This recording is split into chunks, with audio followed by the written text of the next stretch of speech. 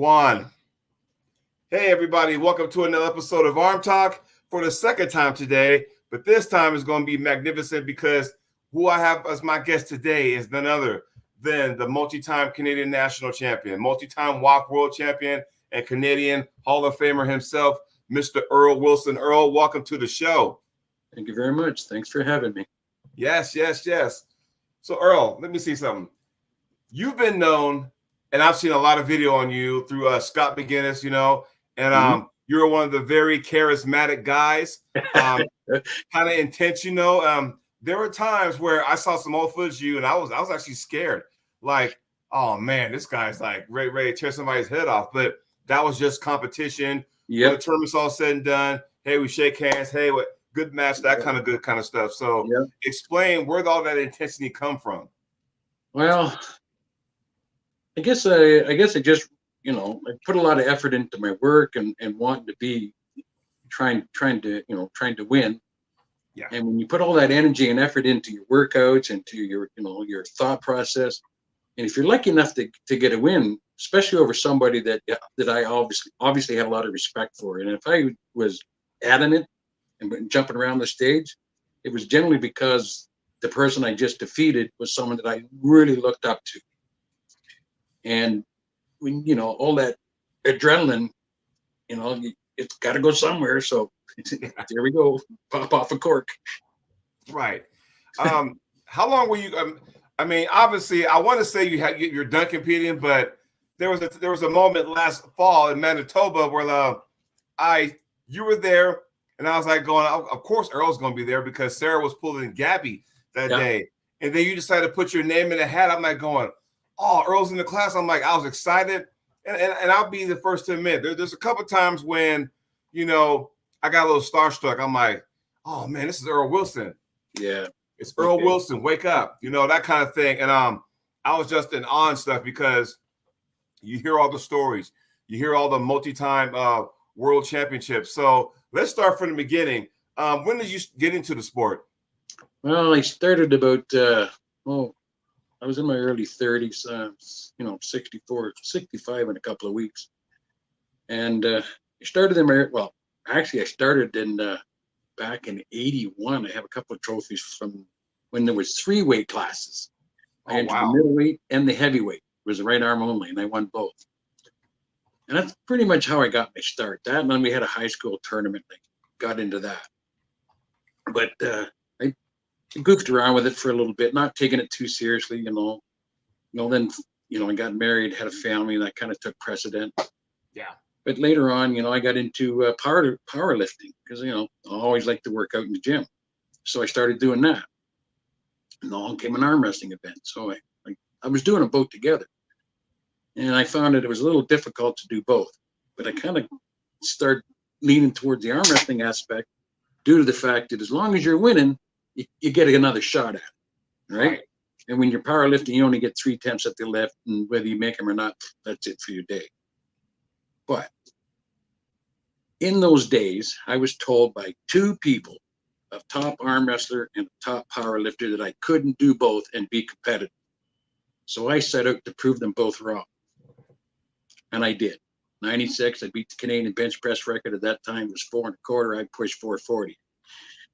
And then later that summer, I won nationals for the first time in arm wrestling, 242-pound class. Nice. So, of course, as everybody knows, arm wrestling kind of grabs you by the boo-boo, right? Oh, yeah. Yeah, and I was hooked. And not because I won. I was hooked long before that. But I was hooked because of the competition, because of the people, because of how everybody treated you and treated each other. And it's been a major part of my life ever since. I even got my family involved. My daughter was involved. I had my brother involved for a while. Really? I didn't know you had a brother. My brother was bigger than me at that time. But he wasn't competitive that way. My sisters were involved for a little bit, and they weren't too keen on the idea. Well, they did it for a little bit, but I was the one that was driven. I wanted to be the best. I said it I told everybody in the family, one day I'm going to be a Canadian champion. didn't know I was going to go on to win 37 of them. Yeah, But see that? but it was my calling. I guess you could say. I've been.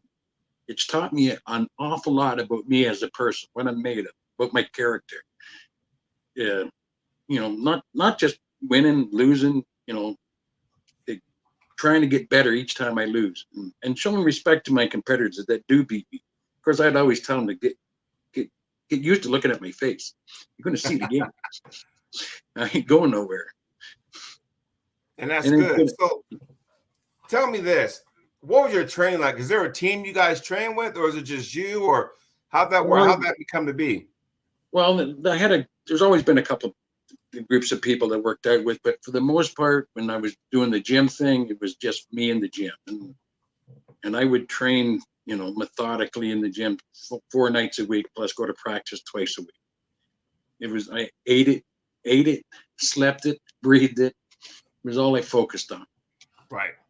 And the training, as far as the arm wrestling table is concerned, is anybody that I could get my hands on that wanted to try it. I was willing to do it. I even used to take my table down to the local pub and set it up and stand on one side and invite people over just for the practice. And of course, it morphed into them wanting, can we try each other? Yeah, so I played referee and tried to get more people involved. It worked out. Had a lot of fun over the years. And I had your daughter Sarah on my show a couple weeks ago, and I told her one of the things I admire about her, because when it comes to athletes and they have a kid, and all of a sudden it's automatically thinking that, okay, now you got to live up to that name that your mom or dad had. You have to live up to that. And all of a sudden there's all this expectation. But I told her what I was proud of her about, and would really, hit the nail on the coffin, is that she carved out her own path to arm wrestling. She's become a multi-time Canadian national champion of her own. And she told me she was getting ready to go to Greece this year, or this fall. Yes, she is. So I told her when she first started this, for a while, you're going to be known as Earl Wilson's daughter. Okay. But like you say, she carved out her own niche into this. She's no longer known as Earl Wilson's daughter. She's known as Sarah Wilson. And they go, well, didn't your old man do this too? I'm secondary now. And I'm cool with it. I'm absolutely 100% good with that. I think she will, she'll carve herself such a swath in this game that she'll be hard to match.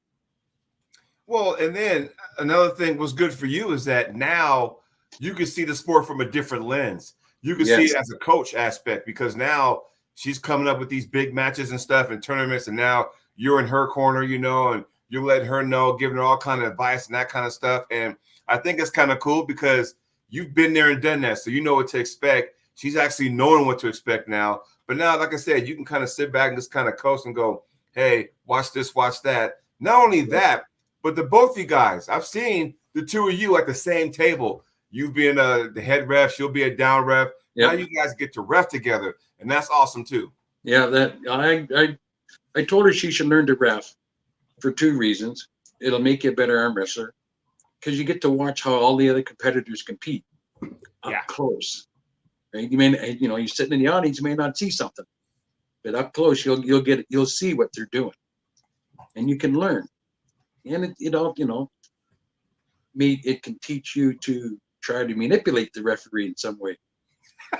Yeah. It's called creative winning. Yeah. It's only cheating if you get caught. Right. But I've been caught, so hey, what can I say? Your countryman Dan Plexman says, hi Jody, and how's it going, Earl? It's going great. Going good. I like watching Dan compete too. I have a lot of respect for that guy, considering where he's come from to what he's doing now. Right. That's something I'm really big on people that have adversities in their personal lives, and they overcome that in whatever shape or form that may be in. And I always, when I see that, I make it a point to say, hey man, that's pretty cool, man. Then I take that information, I take it back to the people I train with, and I say, you guys start whining. Think about that guy or that girl. Mm-hmm. Look what they had to go through to do this. What are you complaining about? No, that makes sense. And him and his wife were on vacation. They did a kind of a travel thing, and back in January, he both of them kind of stopped by. Hey, we're in town. Can we meet up? I'm like, yeah, we can meet up. And they came to my house, and we trained for like, I don't know, an hour and a half or so, and it was cool. Dan Plexman's good people. So Yes, Dan, glad you're doing all right. So yeah. So changing gears, tournaments now, because when you first got into it, not a lot of people were doing super matches, but it was tournaments. And you even said yourself when you first got into it, there's only 3 weight classes. Now we're starting to open up with more weight classes. Yeah. Now we're starting to open up with the left hand, competition and stuff. And you were awesome with both hands. So I gotta say, because I don't want to skip anything, but I think I'm gonna have to because I love to hear it. WAF World Championships. When was your first one and where? My first World Championship was in Virginia Beach. Springfield was another one. Virginia Beach, USA. 96? 96. Okay. And I got a 5th left and a 7th right. You know what? I was on cloud 9 with that. I thought that was pretty good for a guy that hadn't been involved too long. But the best part I got was there was a newsletter magazine, I guess, called the Arm Bender. Yes. And there was an article in there. They talked about the tournament under the heading "Guys to Watch Out For." Earl Wilson from Canada. That guy's crazy. I was surprised at that I left that kind of the mark had already happened. It was very much surprising. Of course, I did cause a big stink at that tournament. What happened?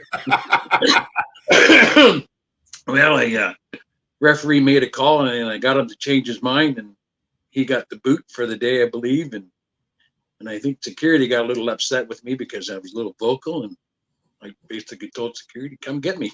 I refused to move. That's the kind of the energy. It's the little dance you got when you smack somebody and you do it. Yeah. That's what excites me when I watch over your footage and stuff. And you slip or you smack it, just pound the elbow pad, or it's the that you realize, oh yeah, okay, we're good. Yeah, oh yeah. I've done some things that probably should have got me thrown out of the event over the years, but most people seem to say, yeah, just give him a minute, he'll calm down. And I tend to go back and I'm sorry, I was out of line. Shouldn't have said or acted that way. Nobody seemed to mind. Right. Because I would never threaten anybody or do anything negative that way. And it's just all excitement, or even if I lost or I didn't like the call, I would still be boisterous about it, but not to the point where I'd want to hurt somebody or violence of any kind, because that's not cool. Right. So 96, Virginia Beach, that was the WAF World Championships. You took a 5th and a 7th. Now, after that, you got your name in the magazine. You're fired up. Oh man, I got to go back. So tell me how the next one went, because I know once you do that, once you place top 10 at the WAF, and I'm sorry to say this, I'm gonna say it out loud because this is 2024. Back then, placing top 10 at a WAF World Championships actually meant something. So now, not so much now, and we can touch base on that down the road. But now the next year follows. Now what's your training like? Because now you're like, man, I'm right there. Well, my next trip to the World Championships was in Thunder Bay, Canada, and I pulled the supers, and I got 2 silver out of it. And the reason I pulled the super heavyweights is 96. 96 and 97. I won the nationals at 242, and no disrespect to anybody, but it was easy. So I wanted to be challenged. Right. So I moved up to weight class. I ended up winning that one too. But It's not a disrespect if it's true. I mean, the facts are there, yeah, You won that, and it's like going, hey, I'm not being rude, but hey, I mean, it's just if you're mowing over the competition, I mean, hey, these are the facts, yeah, I'd rather come second or third or even fifth in the big shark pond rather than the little kiddie pool, winning the kiddie pool version. Right. There's, Right. I mean, I get that. not dissing anybody in anything. I mean, that's just for example, I went to the Michigan State Championships this year. Never been, had a blast. Wonderful people. Everybody I spoke to, competitors, spectators, and just general public. I got fourth place. I was extremely happy with that. I was in the open class. Could have entered the master's class, and the fellow that won it was from Rick Barbet from Canada, and I can turn him pretty easily. I wouldn't have been happy with that. No disrespect again. Right. But again, what I was saying to the boys down there, I just want to know if I have anything to offer you guys. And they oh yeah, you got lots to offer. I thought they wouldn't even know who I was, but that didn't work out either. They were like, we know who you are. You can't sneak in here. And if those that didn't know, somebody would say, well, he's done this and this and this. Oh, gee. And I'm not big on boasting of what I've done, that I've accomplished. I've always believed that if you're good at it, you don't have to talk about yourself. Someone will do it for you. This is true. This is true. And I tell you something, what you're saying, I totally agree. It's the competitor in you, where you said, yeah, I could easily go masters, but now I want to see if I had anything to offer. And here's the deal. I mean, you want to know, if I stick my toe in the water, is there any more juice to squeeze out of this fruit, so to speak, right? Yeah. Well, I'm going to Greece with Sarah. I'm going to go compete in this as well. And this could be my last Worlds. Well, it will be my last attempt at a Worlds. And last couple of years, last 10 years, I've had some health concerns. And I'm fighting those. I mean, when I had the first one, I was told I was done. I couldn't do anything. I had to give it all up, which I did. Right. For a long time.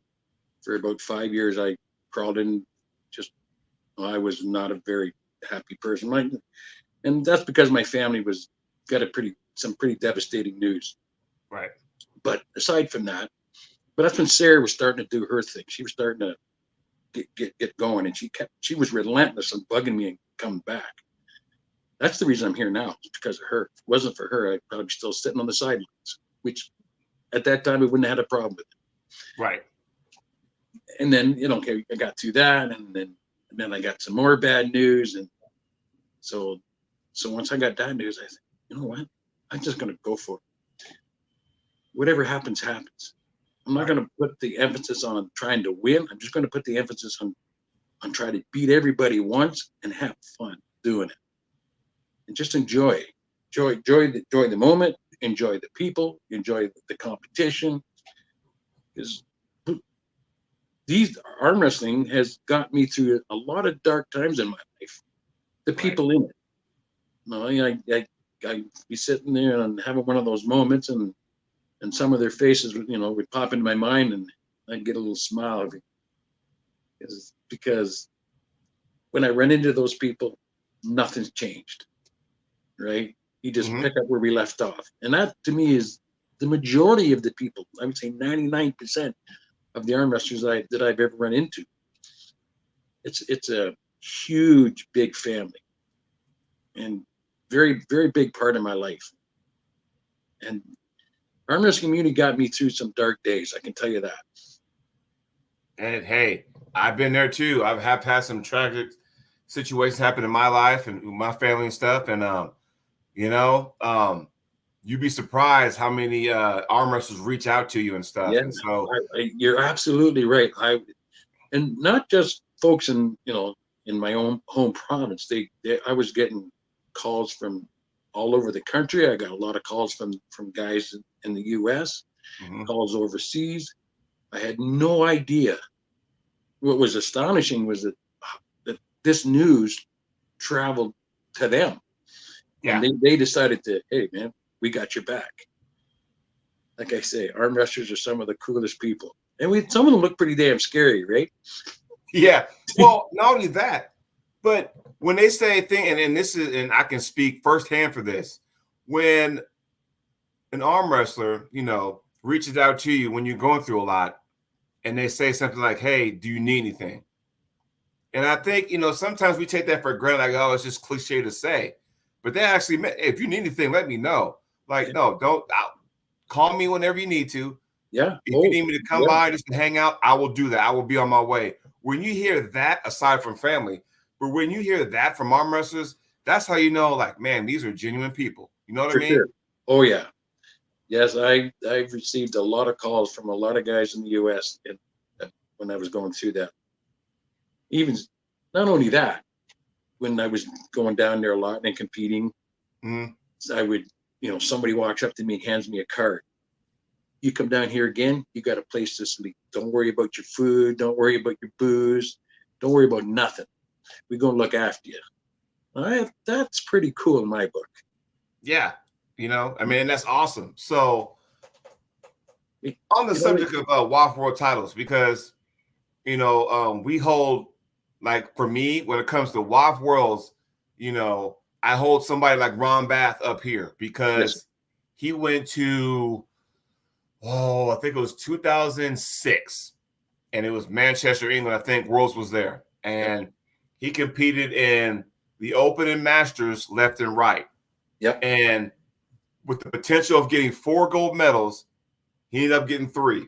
Yeah. So you, my friend, did that also. Yes, sir. Can you explain which years you did that and how that came about? First time I did it was in 2000 in Finland. Mm-hmm. I entered super heavyweights right and left, and the masters right and left.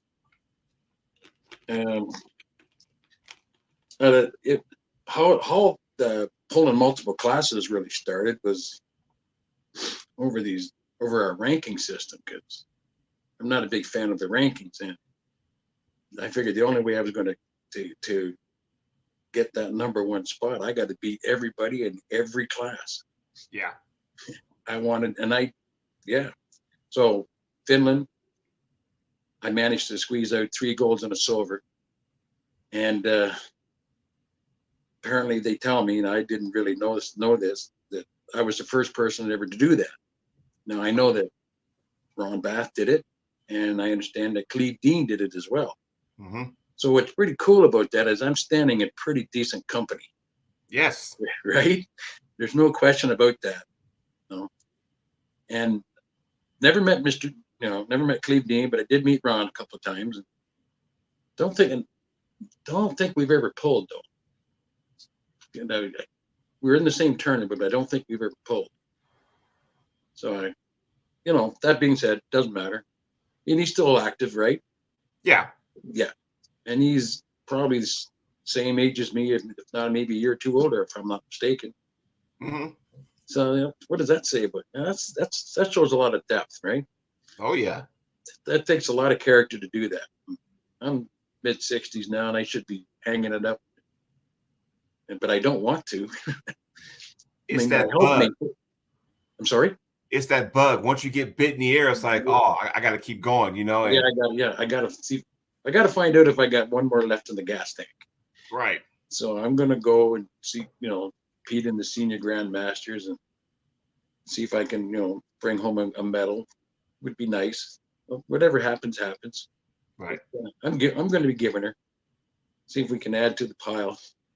Yeah. See, that's the key word, the pile. There's a big pile too. So yeah, it's not bad. Did you also have that same situation that happened? Was that 2009 in Italy where you had? Yeah. So tell me how that one went. Well, that tournament I entered 6 classes, 50 and over, 40 and over, and the 242s. And the biggest tournament in my career. I competed with against 30 men per day over a 4-day period. Each day they were getting younger and fresher. So there was 120 men there. And I walked out with 3 gold medals. my goal, I was was trying to get forward, but hey, you can't have everything. But I did take some pretty big guys down along the way.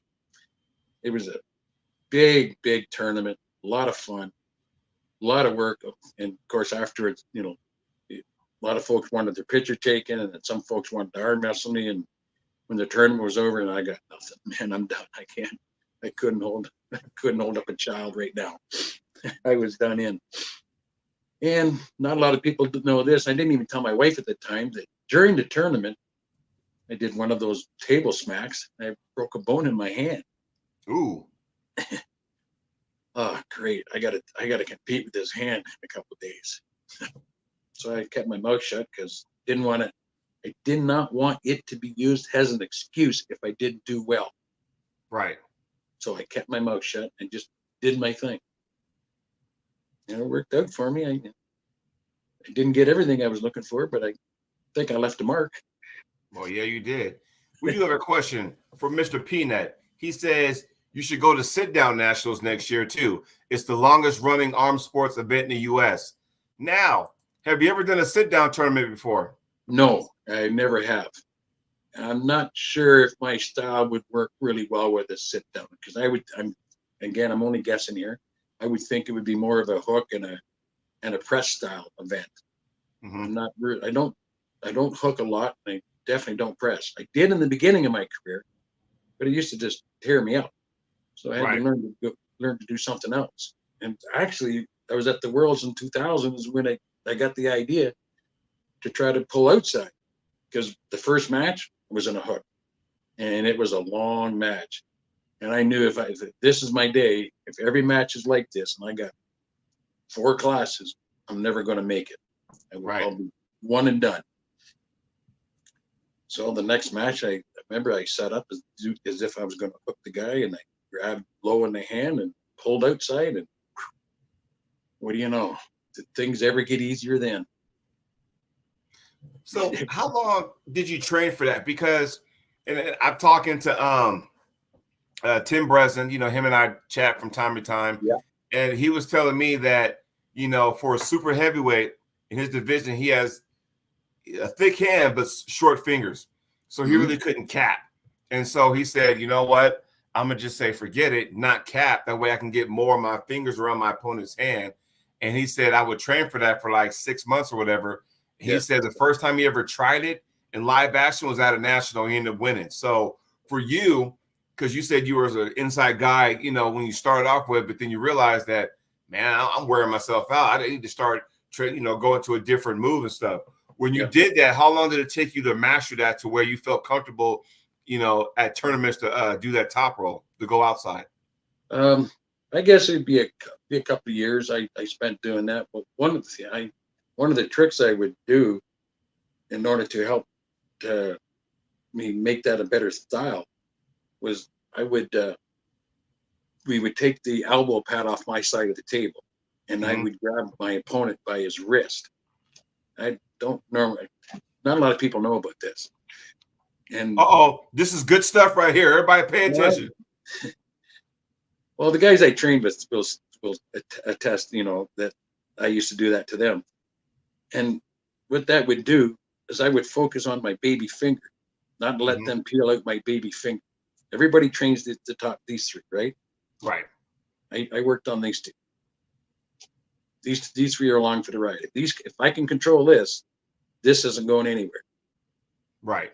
So I would grab them by the wrist, and the only thing I would say is, can't hit. Just come on to me slow. And I'd have all my fingers around the top of their wrist. And what I would try to do is use their elbow like a ballpoint pen. I'd try to write my name with their elbow. Oh, nice. Yeah. And it made my hand stronger. It made my arm stronger. And there was a benefit for them as well. I mean, they weren't training their hand at that moment. And now you got to go work your hand out later. But it also been, they worked their arm out as well. So it was a benefit for both of us. And the side effect was anybody that trained with me for a while, they didn't have any hair on the upper part of their arm because you rubbed it all off. Oh yeah, yeah. Well, they go to events, right? And one guy went to an event, and the referee looks at him and says, "I know who you're training with, man. You're training with Earl because you got no hair in the upper part of your wrist." When one guy in arm wrestling does that, he says, "I don't know about that." Actually, and the man that taught me that was Gary Goodrich. Ah, Right? Is that's the guy that I look up to the most. That's my nice. mentor. Right now, when I won my nationals, my first nationals, I was training with him, and we were about 6 weeks out. Just give you an idea about how strong Gary was. He did the exact things. He goes, "I'm going to," he says to me, "Earl, I'm going to insult you," and he grabs me by the wrist. I won the 242s that year, and I couldn't do nothing with him. How good was Gary Goodrich at that time? Woo, man. See, I Can had you imagine if he never gotten a MMA? oh, You know? that guy. He also has 11 world championships, but that dude was just different. I Yeah. I learned so much from him and how he trained and just with practicing with him. And I'm an emotional outburst type guy, and he's more conservative. He says don't show any emotion whatsoever. Well, I can never do that. But the fact that he was able to do that to me, and I was 242 at that time, could Mm-hmm. bench press, well over 400 pounds. I have to know how he does that. I got to learn. Yeah. So that's okay. I'll take my lumps, but I'm going to learn. That's how it is. Kudos to him because he really helped me become. He started me on my career in the path of doing well. Right. Man, I mean that's an awesome story. And we all could have, woulda, shoulda, coulda, but if guys like Gary Goodrich had a not done MMA, if here in the US, if guys like Scott Norton had never gotten to professional wrestling, we probably have more footage on those guys. Where would they be? What could they do? Well, Gary at one time, I think he went to Japan. He arm wrestled 1,000 Japanese competitors, and some by the just with 2 fingers. Yeah. I used to, because of watching him, I got to try that in practice. So I would grab people just with 2 fingers. I started like this, and then if it was easy to beat them, I'd go down to that. Right. And yeah, my fingers would get tore up. But hey, made for better hands. And that's it. And I've wondered because when we had our match during a tournament last year in Manitoba, and I gripped up, I was like, "Oh, this man must be a concrete former or something like that." And just, it just felt like a slab of granite, gripped up. And I tried to hit, and my whole body went this way, but my hand stood there, and you just went.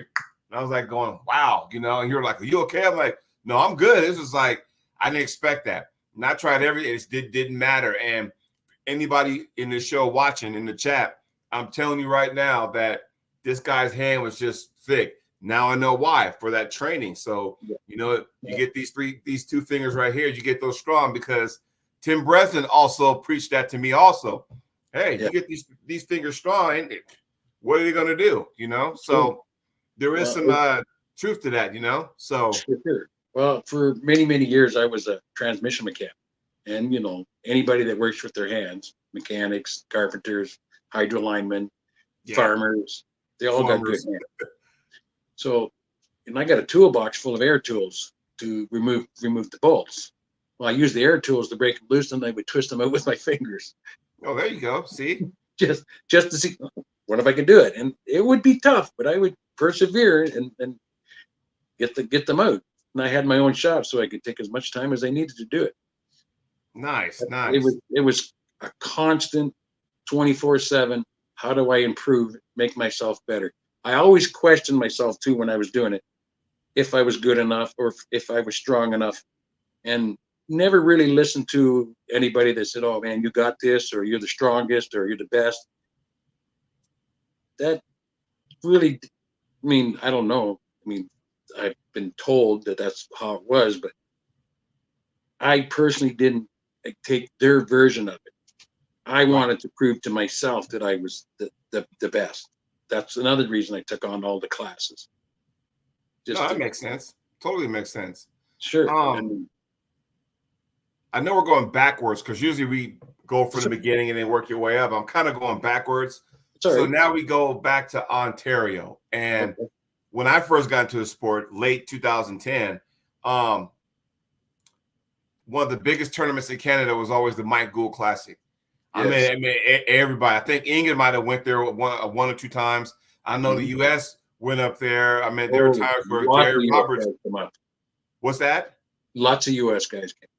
Yes. So tell everybody in the chat, what were those events like? Because that was almost like it can also be a world champion in itself from a talent pool standpoint. You know, so tell everybody what those tournaments were like. Well, there was the Mike Gould Classic, and prior to that, we had the Gloucester Fair would also attract a lot of top people from around North America. And I always said that those two events were harder to win than our national championships were because of the level of competition that would show up. Wow. I mean, I know Ron Bath, John Brzenk, Travis Bagent, Mike Solaris. I mean, and I'm missing a whole lot of names too, you know, over the years. But I've had good success on those tables, won a lot of those events, and sometimes I got schooled. But we all have. Yeah, but you know, when you get schooled like that, I guess I got some more work to do. When I met John Brzenk that time, I mean, no man has ever hit me harder than John Brzenk did. I walked away not feeling defeated, feeling that's respect. If he didn't respect my abilities, he wouldn't attack me so hard. Right. And it was good. No man's ever hit me as hard as that. No one. That was back in the 2003. He was there, and apparently, they were all saying that I was the one that they were all concerned about. Hey, now, I had a great day. Didn't you also pull John at the Harley Pool one year? I don't think so. To be honest with you, I don't remember. I don't think we've ever pulled. I think that was the only time. Okay. He might remember. I'm drawing a blank. I don't think so. But that was a good tournament too. Right. That was a really tough tournament to try to, you're lucky to even win a couple of matches. Oh yeah. If you win your class, you got the key, and hopefully you can, Never got a key. Right. Had a lot of fun though. Had a lot of fun down there with those fellas. That was one of those tournaments where I would show up every year and somebody's giving me the card. This is where you're staying next year. There you go. I mean, that's kind of a neat. And I have to say though, that doing that and getting involved with that, it changed my opinion. And not that it was negative, but what I was led to believe Americans were like, arrogant, cocky. Nah, not at all. Hey, we got them too. But for the most part, very down to earth, very cool people, very welcoming. No politics, no nothing. Didn't care about any of that. It was just the love of the sport. That was really cool, And I always thought, gee, man, you guys are getting the world sees you one way, and it's not really like that. Right. It's not, arrogance. I'm just going on the world view is, but that's not the case. It's not with the arm wrestling community, anyways. Right. But even when I was down there for Worlds, it was in Springfield. Me and Mark Zalapa, we were walking down the street, and there's all these kids playing football, tag football. We're in a neighborhood that's to be honest, they're all the kids are black, and I thought they're not going to think much of us, but they invited us to play, and we did. Nice. Oh, I tell you, we had a blast. We played for about an hour and a half. Where you guys from? Canada? Why you here? Arm wrestling? Hey, you want to play ball? Oh, what the hell? We played. One of us on the team. And then this destroys the stereotype that people have of what it's like. Right. I was so glad I got to be a part of that. It was a very good experience. I've had a lot of cool experiences down there. That's cool, man. I mean, this fact that, you're there for, I'm on a mission. I'm here for the world championships, and my goal is to win one. And here I am playing football out here with some inner city kids, I'm getting after it. And having a blast. And, when we were done, we stood around for a little bit chatting about why we're there and, where we're from, and all, the usual stuff. Right. Really cool. I really enjoyed it. Nice. It changed again.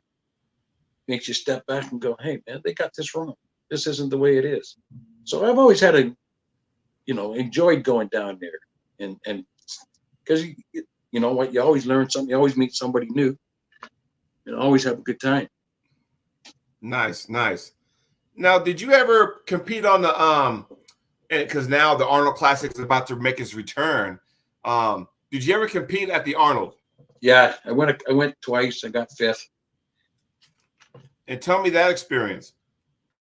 I went in the very early days, and I back then I thought that the referees were kind of biased, but aside from that fact, it really didn't matter. I mean, it was still pretty interesting to see this huge event on a stage, and I got a chance, an opportunity to meet Arnold himself. Mm-hmm. Got my picture taken with him when he was doing Terminator 3, I believe it was. Right.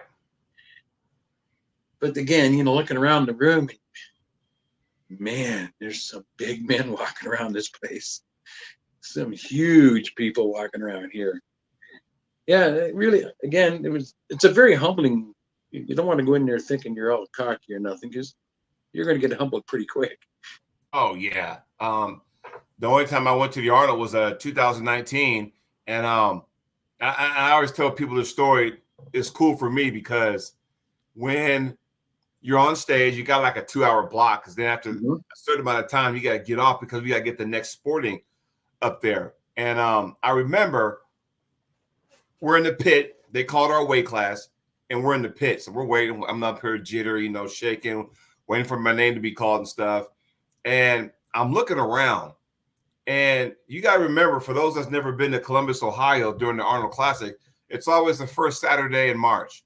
And there are so many athletes in that gigantic convention center. It's unheard of. We're talking arm wrestlers, bodybuilders, strongman, CrossFit, you name it, they're there. But Earl, I tell you, the one thing that really struck me in a good way was the fact that while I'm waiting and I'm looking around, all those athletes in their respective sports are stopping by to see what we're all doing. And I thought that was cool, because we've all heard the stories, arm wrestling, is that a real sport? And yada, yada, yada, yada, right?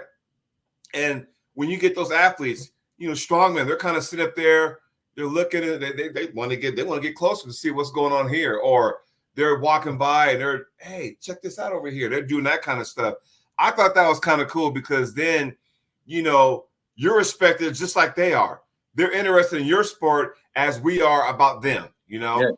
And when we're done, we're going, oh, let me go see this out powerlifting meet. I grab a chair because I got my bracelet on. I go grab a chair over there. I'm watching it. I'm in awe, not knowing they feel that way about us. And I thought that was kind of cool, Well, I agree with you 100%. And I also think that because they're athletes in their own sport, they also understand the work level, what it takes to be at that elite level that they are. And they can respect that in someone else. Yes. And even if they don't understand the sport itself, they know that it takes a lot of effort, a lot of work, a lot of dedication, time and energy, and sacrifice, because you don't get to that level without sacrifice.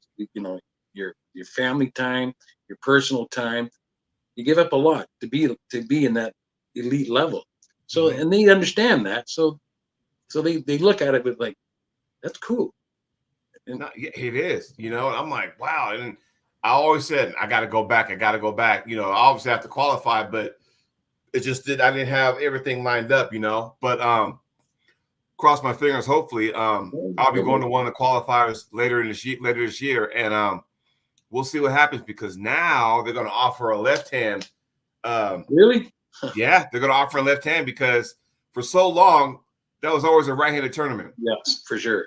And my best hand is my left, so it's kind of like okay, mine now was they're going to do that. My left hand was my best arm for a long, long time. It's too bad we got to get old. Oh no, I know exactly right. So now, and we touched base on the Mike Gould Classic. That was one of the staple events up there, and it was sad that it went away. I think the last one was actually a conjunction with UAL 9, and it was like a goodbye to both actually. But now there's a tournament that's taken over now. It's kind of taking its place, so to speak, because I've heard some of the entries you guys had. It's the Ottawa Open. Yes. And Sarah told me when she was on my show a couple weeks ago, who ironically is on live on another podcast as we speak right now. But she told me that the array of talent there and the entries was just blew me away.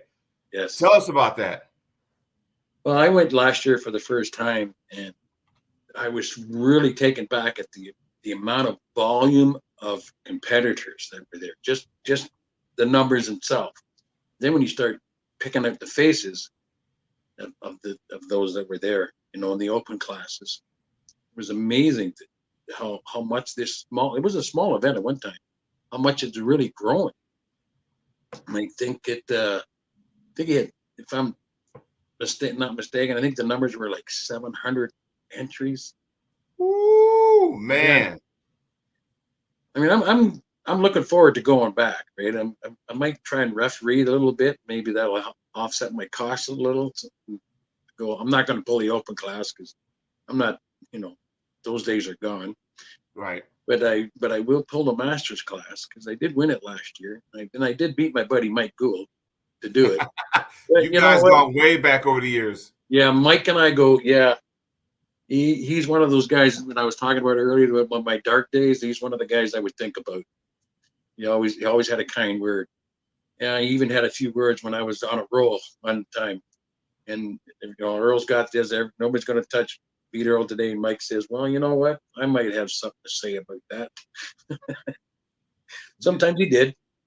But that's that competitive nature. For sure. It wasn't trash talk. It wasn't smack talking. It was just that competitive nature. Very much so.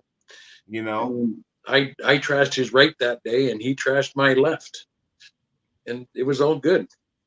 There you go. Yeah, and we're going to do it again, Mike. I'll give you everything I got. I don't if it's not enough. We'll meet again. Right. So speaking of entries, now, what's this about you guys having?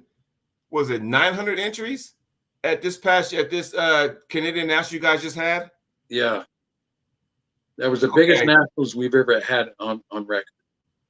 And I kept hearing about it because my co-host on my other show with Ryan Espy. Ryan Espy, yes. And he was telling me, he goes, yeah, we expect a whole lot, like might be the biggest ever. I'm thinking, can it get any bigger? And all of a sudden, it just so happens that your nationals was the same day as our USA nationals. Really? And I'm like going, oh, Lord. And, I'm watching some of the live feed. I'm like, man, the production value, the stage, the competitors. And I'm wondering if it's going to get to a point where it might be a 3-day event because it's so big. If it continues to grow like that, it's going to have to be a 3-day event because it's a long day for the referees. It's a long day for the competitors as well. And yeah, I certainly hope it does continue to grow. I think it's fantastic. And kudos to the Quebec guys because they really have their stuff together. Because it's just one organization. They all work together towards that organization. And not like, there's, over here in Ontario, for example, we have the Ontario Association, and we have other smaller groups that are doing their own thing. Quebec's united. And it showed in what they were able to put together. It's very well done. I wish that people here in the States can take a page from that book because what you just said, reigns supreme, united. And Oh, when you very much so. unite, Yeah. look what comes out. 908 entries for a national. I mean, if you win that thing, you're doing something. Because Yeah, you're before, doing well. Yeah. yes, because All the before it used to be triple elimination, didn't it? Yeah, well, that's the reason they eliminated the triple elimination, because we'd never get out of there, right? I mean, Right. I like triple elimination; it's fun. And I did triple in. It was triple last year, and I went down to down east, and I was just 2 weeks out of my radiation treatments today, and I'm going to do 4 classes. I walked out with a gold, a silver, and 2 bronze. And I stuck my finger up and gave it to the universe for the year that it gave me. I'm still here. Right. I'm still kicking. There you go. See, take that, Yeah. Man. I've always believed that if you get knocked down, doesn't matter how many, if you get knocked down 10 times, you got to get up 11. Yes. No, And that's a good thing to live by. That yeah, is awesome. you're as long as you're attempting, you're trying to better yourself, you're not a failure. I mean, no, I totally get that. Even Rembrandt, Leonardo da Vinci, those guys, they failed, but they got up the next day and tried again. One time I had the opportunity to referee at the World Championships, and I refereed the disabled class. Now that was a very humbling experience for me, because every one of these folks needed crutches, wheelchair, or even someone to help them get to the table. Right. And they wore their pride on their shirts and on their faces too. And when their day was done for the day, they'd all want to shake my hand. So I'm looking at all these folks and their faces and their attitudes, and I'm thinking, wow, man, what have I got to complain about? Right. Everything works. Yeah, it may not work perfectly, but you know what? It works. Not only that, where I come from, we have the water's clean, the grass is green, and the air is breathable. Why do we complain so much about stuff that's trivial? Right. Right? We need to appreciate more to what we have, because I'm looking at these folks and they got half, maybe less than half of what we got. Yep. But you couldn't tell by looking at them. I mean, they were proud. Guys they took their team shirts. Some of them, they'd get different competitors to sign it. I thought that was pretty cool stuff. Oh, speaking of competitor shirts, man, and by the way, Dan Plexman sent me a Team Ontario shirt, so thanks again, Dan. But one thing I really thought it was cool, because I've never seen anyone do this before. So with the Canadian Nationals, anybody who competes, they got to wear their respective province team jersey. So that way you kind of know, okay, Absolutely. what province are you from? And That's then right. your name's on the back, so you can kind of, okay, this is Team BC. Oh, there's Ontario. There's Quebec. Oh, there's Saskatchewan. You know if it's a black and gold jersey, it's Manitoba. So I mean, it's just things like that. And I'm like, hey, man, that is awesome. And I never, that is so cool to me. Whose idea was that? That has been around for near as I can tell, long before I even started. So I'm betting it may go back to the days of John Miezak, the godfather of organized arm wrestling, right? Yes. I'm guessing that's where it came from. I mean, he is the man that really gave us the sport as we know it today. So beyond that, I don't know. But I understand in the US, for example, it's not something that you guys do a lot of. No, we kind of just do whatever. I mean, what we want, when we want. I mean, that's just how we are. It's not necessarily a bad thing, but no, not at all. Sit back and look at everybody. I just think it's cool because you go from, a province, we're trying to win your province. You're going to battle with these guys and girls, and all of a sudden, when it comes nationals, now your foes that you're competing against, you're united. Now, granted, you may end up pulling each other, in the tournament, but they're cheering you on because now it's about pride. It's about, hey, that nationals means something, Yeah, we are competitors throughout the year, but when it comes to the national championships, I'm also your supporter. Yes. Right? If it can't be me, maybe it's you. Right? Yeah.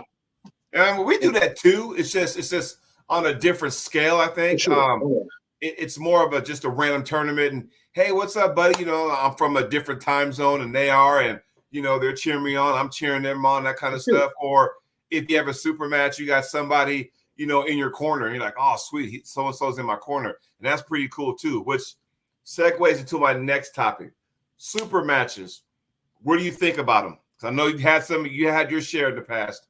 I've had a few. I'm more of a tournament guy. I'm of the opinion that if you can beat the top 10 guys at the same day on the same table, then you should be the champ. Nothing against super matches, because you're only really training for one person. Right.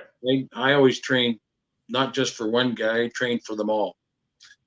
If a guy's a good hooker, I got to train to defend a hook. I got to train to defend a good top roller, or got to train to defend a good presser. I'm going to run into all three of these types and then variations thereof on the same day.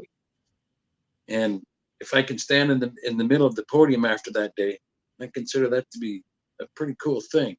Again, I'm not knocking super matches, but again, the only downside to them that I see is you're just competing against one man. Mm-hmm. Or woman, depending on your gender, I guess. But no, I mean, I get that. I mean, I feel like I love super matches. It's just my style is more suited for tournaments. Yeah. But I'll say this though, for me, there's always been that, when you go to a tournament, because you've been to tournaments before where there's a guy that's in your class, I can't wait to pull this guy, but it never happened because maybe, I got knocked out, early or whatever, or he got knocked out. We never met in the finals. And then the first thing you do, okay, after pull, hey, how about you and I get on this table? Yeah. Did it lots of times. Yeah. Right.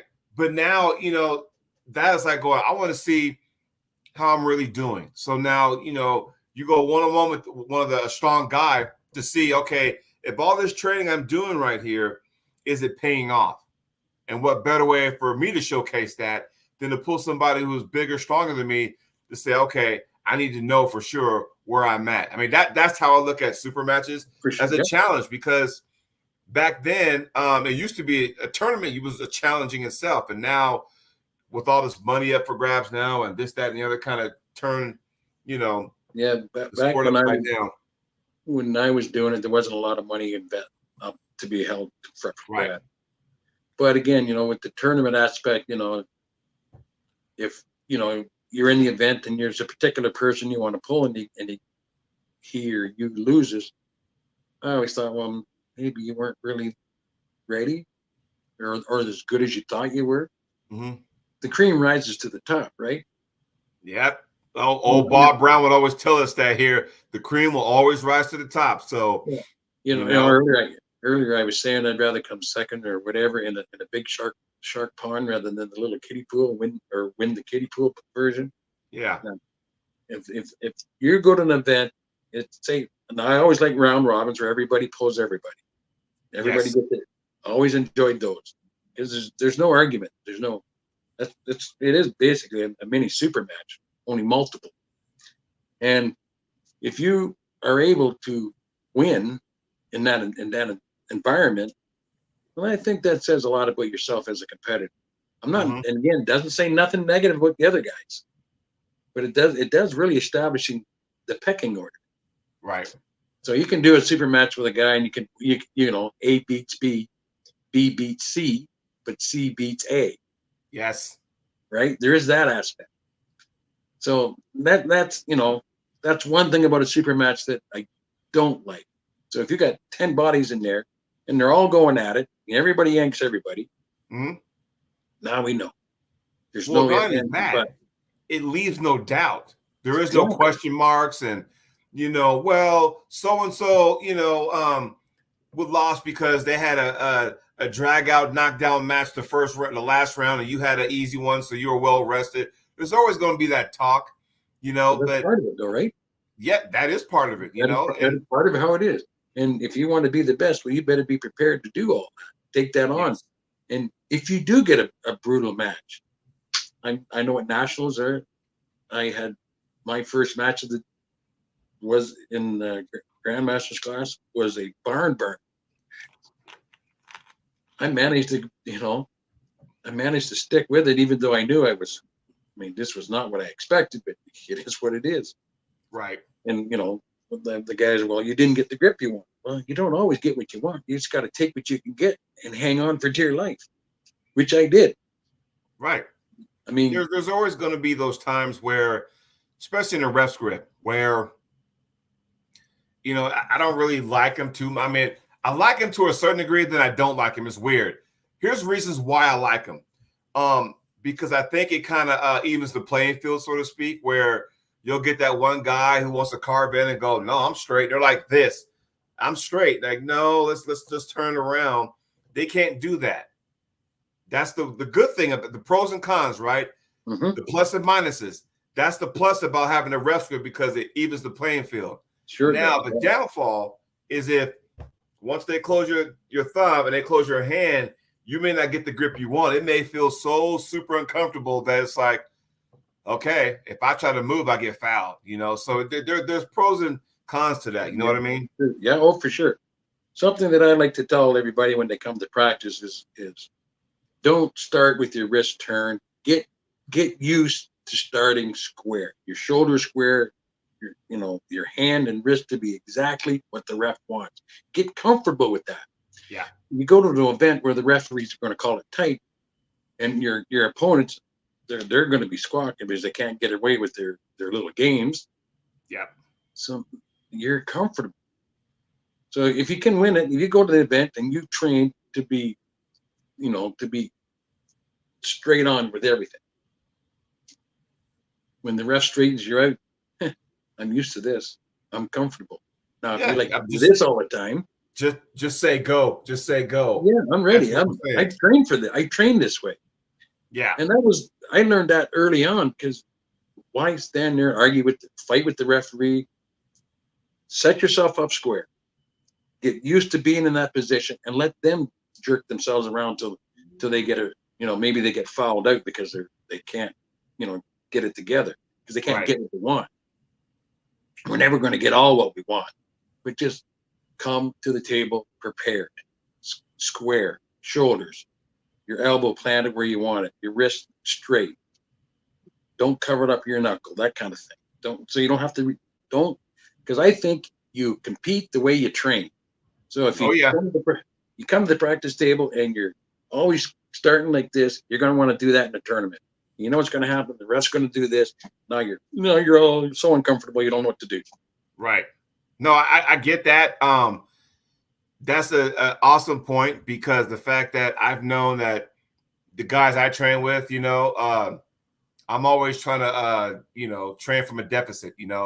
I try to play defense, and so yes. Oh, by all means, yes. I'm so used to that come tournament time, I'm known for the quick hit, but now I train on the defense. I end up trying to catch everybody. It's like, okay, I'm a catcher too. Right. This ain't working for me. So you do have to kind of alter that. So, but what are your thoughts on the latest and greatest of this saga with IFA and WAF tournaments, and it's kind of split down the middle? It's kind of unfortunate because I remember you said you went to a Worlds in Thunder Bay, and I believe at that time WAF was split into two because you had the World Arm Wrestling Federation and the World Arm Sports Federation. They were split in two, but there are two different WAFs. So what are your thoughts now about where we stand as far as arm wrestling on the world stage? Because the Worlds is not what it used to be. It didn't mean it. Well, I shouldn't say it didn't mean as much, but it's not to where it was once upon a time. Yeah, it's really unfortunate it's taken this path. I'm of the opinion that people should be able to go wherever they wish to go. Nobody should be banned from, you can't attend to that event if you're going to go here. Mm-hmm. First off, you don't pay me to go. And I'm not really keen on giving you my money to be told I can't go anywhere. And when that split that happened back in those days, I don't know a whole lot about it because I wasn't too much involved with the politics. I was more concerned with competing. Yeah. Now, I know a little bit more today, and I'm not. I made a decision. I'm going to Greece, and I don't care. Whatever There you happens, go. happens. I mean, Yeah. I think it's. I'm not saying that the people that are involved are wrong, because I think they've got to follow the rules as well. Right. But I I always don't. thought it was wrong. Like, how is somebody gonna tell me I can't represent my country? I always thought that Absolutely. was weird. Yeah. Like you said, I'm sorry, but all the money I'm saving for this came out of my pocket. Now you're gonna try to tell me I cannot? Like that's strange to me, Me too. I mean, WAF never really did that, in my opinion, that I recall. Where they said you can't go here, you can't go there. And I don't know all the details about what happened with the split and why IFA formed. Mm-hmm. But geez, how many boxing organizations do we have? The WBC, WBA, IFB, yeah. Yeah. I mean, I've seen guys walk around with multiple belts from multiple groups. Right. So again, where's the problem? It really Yeah. shouldn't be. At the end of the day, shouldn't it be trying to promote the sport? You would think, And right? one thing that even we used to do here in Canada is we didn't always send our best people. We generally sent those who could afford to go. Right. And I'm sure that holds true for the United States as well. Oh yeah. I got my opinions about that. Because it goes like this. If, on the world championship stage, right, and you want to send your best, right? And there's been talk over years and years and years, how come Team USA is so small? How come we don't send our best? I'm like, well, what do you mean by best? Are you talking about our elites? Because Ron Bath, been there, done that. Dave Chafee, been there, done that. Yeah. I think John Brzezinski won a WAF Worlds in Tokyo, Japan with his left hand, by the way. Travis Bajan, been there, done that. Oh, he won his in Canada, I believe. Yeah. So when you look at it that way, those guys, our elites that you're saying, yes, they've been there, done that. But now we're just in a spot now in 2024 where, okay, if Ingen Terzi calls me up and says, hey, I want you to come to this show, or you go to one of those East versus West qualifiers and then you go to finals and win it, and hey, I want you to come to my show. You got to look at it from an athlete standpoint. We don't have a bunch of money underneath our couch cushions, right? So right. When they're offering you, that's right. Hey, we'll take care of your airfare. We'll take care of your hotel. Don't worry about buying food. We're going to eat as a group. All you got to do is bring spending money. That's kind of hard to say no. And why would you say no to that? Right? Can't it's hard to say no. So that's why our big guys, our heavy hitters, so to speak, are like, we're doing this now.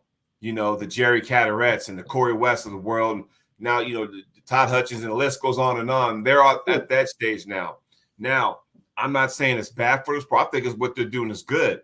But from a U.S., I'm only speaking for U.S. I might get, some heat for saying this, but this is where we're at right now. The same happens up here. What's that? We have the same thing up here. We have a few guys that are in the same boat. Yeah. And no, why would they turn down the airline ticket and the the travel to a different part of the world where it doesn't cost them a whole lot of money? Right. And there again, I think we need to make the sport and the people in it household names, and we have to have sponsorship money behind not just the individual but the sport itself. Mm-hmm. Right. Years ago, I remember as a young fella, the Wild World of Sports. It was a TV show. Arm wrestling was a part of it. Yeah. It's look, this thing, arm wrestling is done by every person in the world. Everybody knows about it. They've done it. They've done it on the coffee tables. They've laid on the ground and done it. Done it at parties, that kind of thing. but very few people in the world know that it's an organized sport. So there's money out there. Corporations have money to spend, but we need to give them a product that they're willing to spend the money on. I'm working on something. I hope I can make it happen.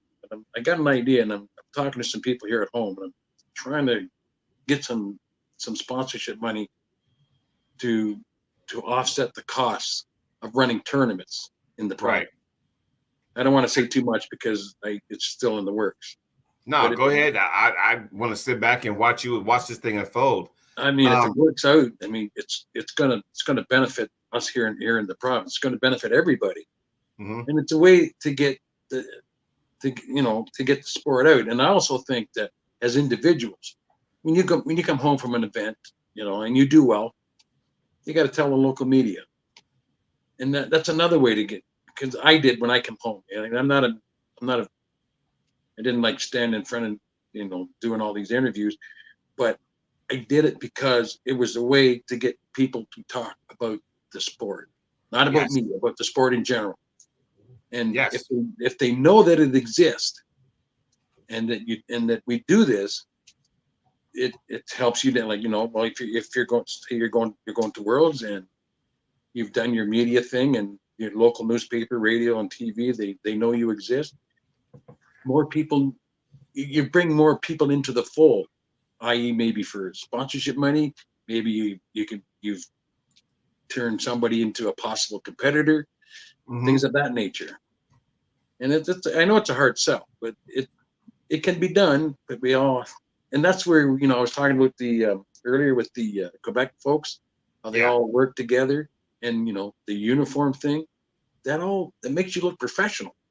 It does. I mean, here's a comment by Russ Schrader. He says it's expensive to travel overseas. I know that firsthand. Sure. And I tell you something, Earl. Last year, during the spring, I got an opportunity, and I was explaining this early on the show when I had Team Popeye on. Like, this sport now is giving individuals, opportunities like King of the Table, East First West, all these different organizations.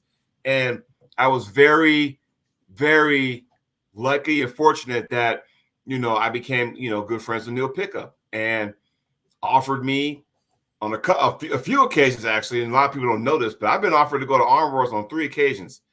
And I went to one, and that was the one last year. And what Russ was saying, it's expensive. That was on my own dime. I had to foot the bill for the airfare and stuff, and had to save some money for spending money. I had to turn that into, pounds, I had to do it that way. And so that's, some people really don't figure that out. When you go to Worlds like a Brazil or Germany, you got to turn whatever your country cash is into their kind of money. That people don't realize that. That's expensive. Yes. Yeah, that's a real thing. And that's why I say we always sent those who could afford to go. And maybe if we had a little different sponsorship, or that's not the right word. Viewership, right? Because if we had viewership, that would bring in the dollars, because if your product is worth selling, someone's going to buy it. And I believe it is. I believe we have a good product. I just think we're not organized properly to get the mainstream media or the corporate sponsors to look at us. Like, I think a few years back, the Canada Games Committee was interested in arm wrestling as a demonstration sport, and we turned them down, which drives me nuts, because I think they asked for a few years in a row. Oh, that might have been it right there.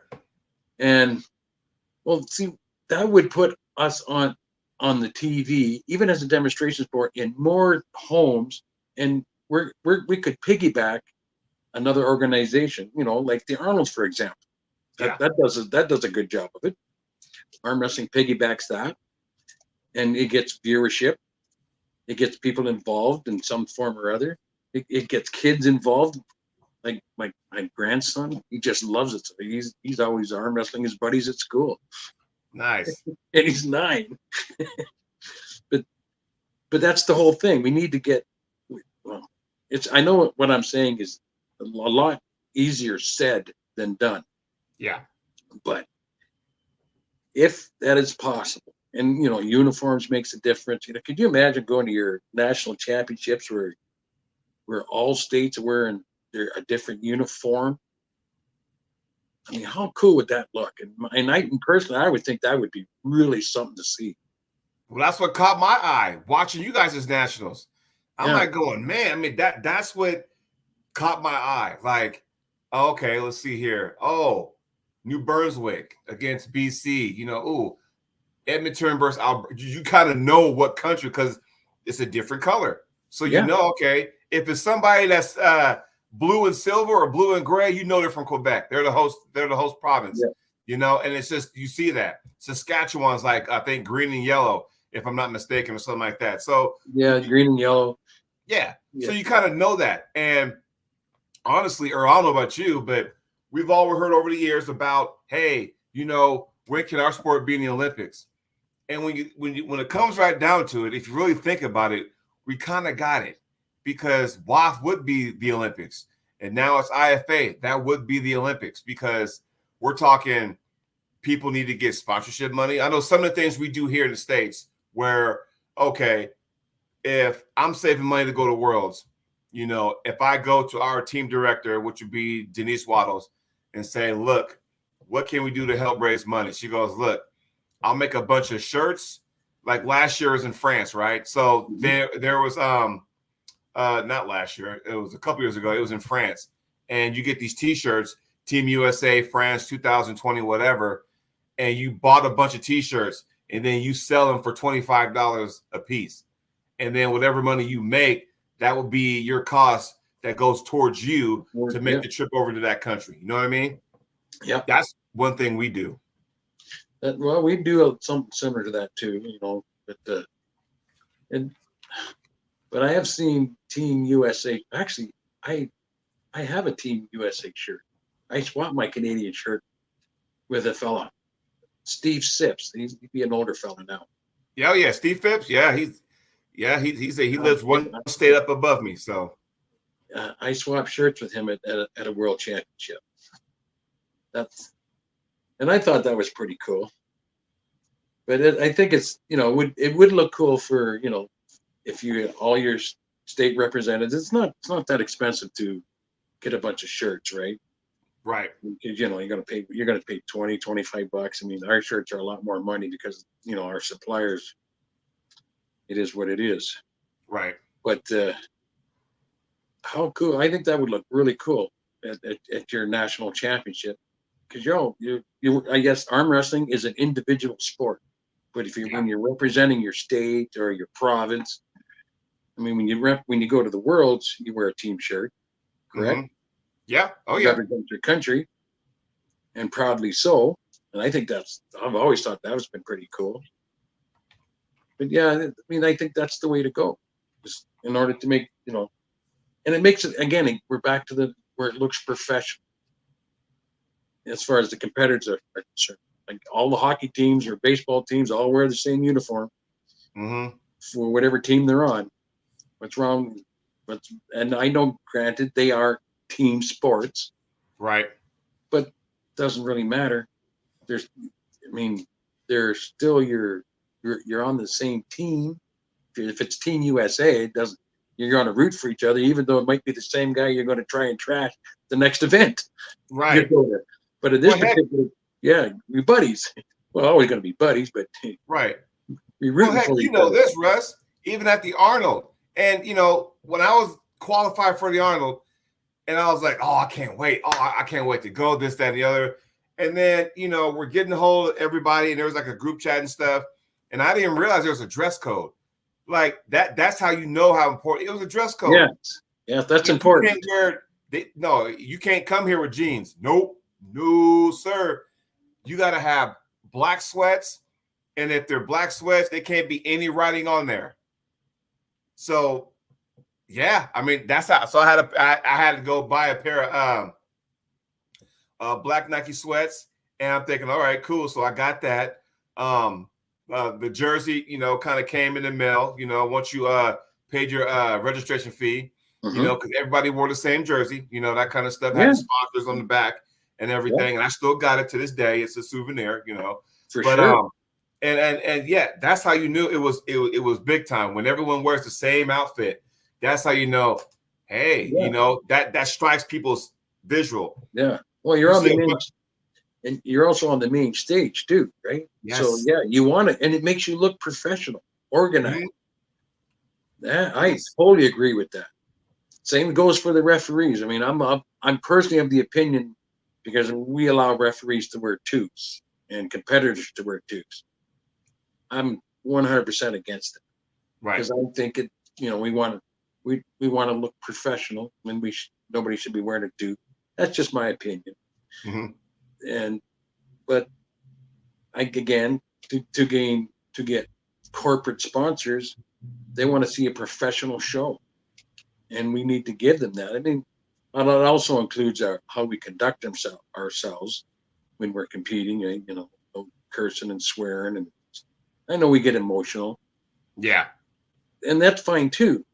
But if we're going to make a dent in trying to get arm wrestling popular in the mainstream version of things, like you say, the corporate, the pants, the black pants, and the uniform, that's all part of it. You take, because people outside the sport, they think of beer in one hand, arm wrestling with the other.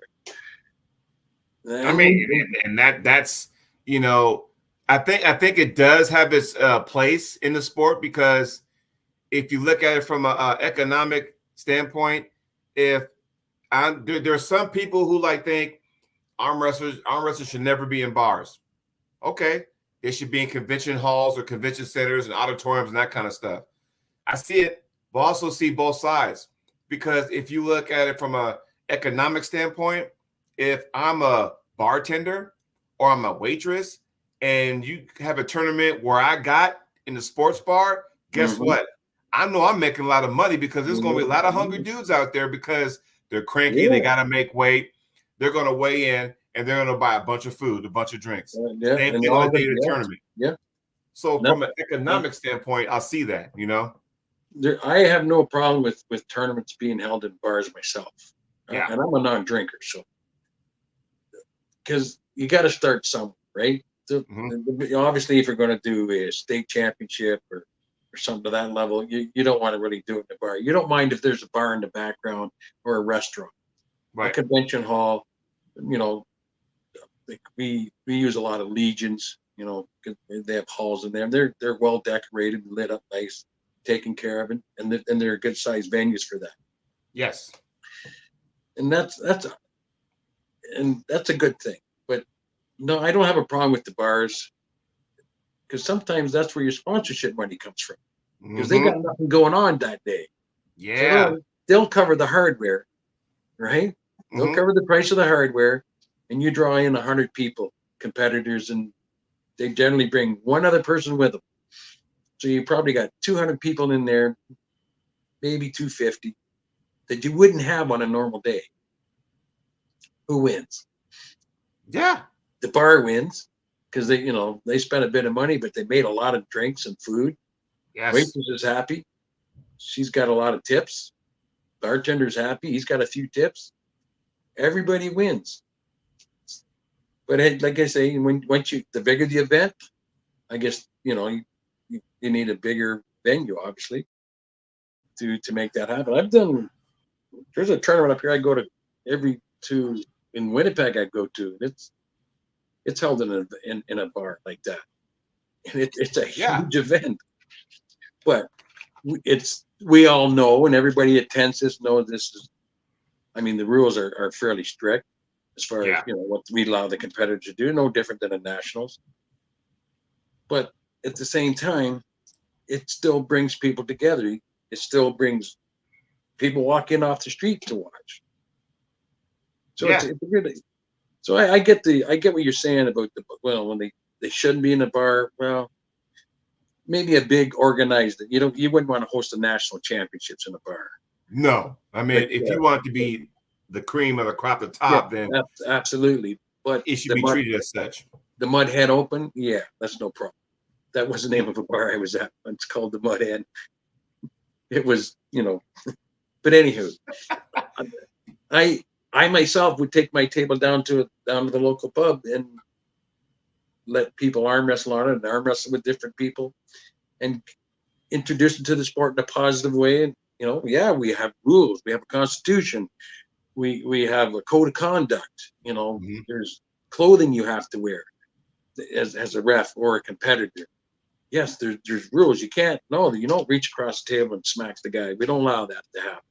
Yeah. Things like that. And it opens people's eyes. So it's on a grassroots level, absolutely perfect in the bar. Yeah. Especially on a Saturday or Sunday afternoon. Like Rush is saying. And they bring families and friends to watch. They want to hang out and have a good time. And that goes back to what you and I were talking about earlier in the show, when it's all about having a good time at the end of the day. And you sit back and, that's what it's all about. And, when you're at these events and, these people bring all their families and their friends and whatever, they're introduced to a whole new group of people. And we have a world champion that lives in the area that they may not know existed. Mm-hmm. Okay, I'm more popular in Europe than I am here at home. Wow. Most people, like I walk down to the corner store here and somebody be talking to me, hey, you're a pretty big guy. And I go, well, not like I used to be, all that other stuff. Right. Then they'll, oh yeah, I heard there's an arm wrestling guy that lives in this area. Yeah, that's me. Well, then they ask, they don't mean to be a dumb question, but it is. Did you ever win anything? Yeah, I did. And I would tell them. And then they're like, I didn't know that. I had no idea that this existed. It's an organized sport. Yeah, we have rules, all the stuff that goes with it. And it's crazy that they don't, not that I'm looking for people to, recognize me walking down the street. That's not what I'm saying. Mm-hmm. I mean, that we don't know. The people lived here for a very long time. They find out that I've done all this. They're surprised. It's kind of weird in a way where I kind of like that because I came into sport when it was still kind of an underground thing, and it's kind of cool because at least your peers recognize you as who you are. Yeah. You may not get the accolades because, I may be staying and my next door neighbor's like, oh man, I was watching this arm wrestling thing. It's pretty cool. I'm like, oh yeah, I kind of do that too. Really? Oh yeah. That kind of stuff. And then, like you said, you don't want to boast yourself, right? But at the same time, it's, do I have the respect from my peers, about how good I was or I was a good competitor? Because for me personally, when it's all said and done, I would like to have a national title or a world title. And I got close on a couple occasions. I made the podium on those nationals and world. I made the podium, but I didn't quite get there yet. And I sit there and kind of go, okay, I really want to go there. But now with all these different organizations out there, and granted, I'm going to say this, and I'm going to say it well, where who would have thought this sport of arm wrestling would have took me to Manchester, England? I would have never had a need to go there, but arm wrestling took me there, 100%. Yes. 100%. I agree with you on that one. It's taken me around the world and helped change my worldview a little bit, because we just don't know until we actually go to that part of the world and experience it and how those folks actually live. And once you do, it does change things. And when you're at the World Championships and you see how the other countries are, you watch what they have or don't have, for example. So I remember going in our uniforms, Canadian uniforms, and the U.S. team's uniforms were highly desired by the other competitors from other countries, so they would swap. Yeah, that's just like when we play football, and then like you go to one of those high school all-star games, we're swapping helmet decals and stuff. Yeah, those are same thing, right? Those are same pretty idea. cool. Yeah. And Yes. I've swapped a few times, a little bit over the years, and I still have the stuff that I swap with because it's a reminder of when I was there. Not just the medal itself that I would have had, but it's a personal connection now with somebody. And I think that's kind of neat, right? There's been quite a few of those experiences. But So Ryan Espy's here. He got on. he has two YouTube accounts. So one of them had a couple of my favorite arm wrestlers on the same screen, and then he goes, "Oops, logged into my business account, and now he's here." So there you go, Espy. Espy's in the house. All right. All right. Well, yeah. Ryan Espy is one of my favorite guys. I remember when he first time I met Ryan. He knows this story. He was sitting in the chair. He wasn't feeling too good because he was up, four down. And so I sat down talking for a minute, and I said something to the effect, Ryan, every dog has his day. First, you got to learn to crawl. Then you got to learn to walk. Then you got to learn to run. And when you learn to run, you can't slow down because the guy behind you is going to run you over. Yeah. And why is it, and money, and I'll put this out there. Money makes the world go around. My grandfather told me that at a young age. And I'll be the first to say, if I can win some cash at a tournament, it's a bonus for me. Mm-hmm. However, back in the day, it was more about who was going to compete there. It wasn't so much about the money. It was about, hey, is so-and-so going to this tournament? Okay, cool. I'm going too, because I want to pull that guy. Because he was going to be in your class. And man, I wish it would kind of get back to that.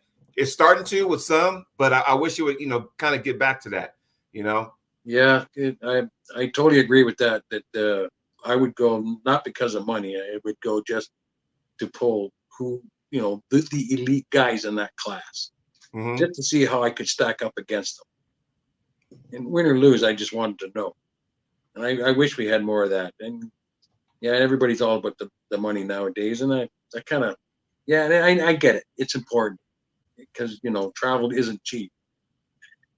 But no, and like I said, I totally get that. But it's like, I will say this though. What I'm involved with now, the WSA, which is the World Series of Arm Wrestling, and that's put on by Greg Sharp, and he's had qualifiers across the U.S. and then the finals are held in San Diego, and they're all going to meet there. And it goes back to the good old days when it was about who was there to compete. Now, they may pay out the 8th place, but it was like, okay, hey, I want to see if I can get a win on this person, or some person might want to see if they can get a win on me. And it makes you want to, okay, if I lose to you, I'm coming back for you next year. Yeah. Which is the case right now. So it's kind of like, that was the excitement. That's how the sport was introduced to me. And I understand, in the 14 short years I've been in this sport, I know it's evolved on a few occasions, whether it be Game of Arms, or for you guys, it was Arm Nation, that TV show kicked off, so there was a big boom. COVID came in here and wiped some things out. Then all of a sudden we had another big boom. And then here comes all these other organizations. So it's, hey, what can I say? It's one of those deals where it's kind of going, arm wrestling's getting big. I mean, heck, when was the last time I saw somebody with 908 entries at a national? How many worlds have you seen with that many entries? No, I've been to a couple of small worlds. I've been to a few small nationals too. Yeah. Where there's only maybe a couple of guys in the class. I didn't train all year just for this. We need more. But I would attend events not just like you say, not just because of the money, just because I knew the best guys. Because if there's money, better guys will show up. Right. I'm gonna crack at these people. See what I can do with them. See if I can squeak a win out of these guys. Because if they, especially if they've accomplished a national or a world title in their own right, to get a win on a person like that is pretty cool. If you can get a win, didn't always work out. So there's a statement made by Ryan Espy, and I want your thoughts on that. He says, Jody, I still think a legacy is built on titles. winning the Arnold is important for me. I thought that door had closed, but now I have a path. And I have to agree with him because back in the day, that was a prestige event. Very. Because not only did you have to deal with North American pullers, but you have pullers from across the country that would come over. We've had some Plinkoffs over the years, Trubins, over the years, come over. Armenians come over and compete at the Arnold. It was like, okay, now we're doing something. Mm-hmm. And I think now we're trying to get to a point where it's going back there. I believe, I think SB himself is going to host a qualifier in Manitoba. I can't remember the day exactly. Ryan, if you can let us know, that'd be awesome. Because to sit there and go, hey, I want an Arnold Classic, when it meant something, hey, I think now we're getting back on that. And knowing that there's a left hand involved too, it makes people want to go, okay, you know what? I will sacrifice this tournament, that tournament, and that tournament to make sure I go to this one because this means a lot. Does that make sense? Yes, totally. Yeah. I mean, why wouldn't you want to go to a prestigious event like that? That is a huge event to try to win. I've never done it. Don't even think I made the top 3. But that being said, the guys that I stood amongst with they were in their own right equal or better. They've also in their own right accomplished the same things prior to getting there. So it's not that any one person stood out. Everybody in that class is a big shark. Yeah. And, because then you get to sit there and go, okay, how good am I really? Because you're going to find out. You're going to find out real quick. It may not be a world, but it's damn sure close because I'm telling you, the array of talent, and y'all got to realize I competed the last year. They had the weight class of 199 and over. Okay, let's go ahead and let everybody take a bite off of that. Exactly. So there was 54, 76, 198, and then the fourth class was 199 and over. Okay, think about that. So the year I went, 2019, there were 27 guys in my weight class. Think about that for a second.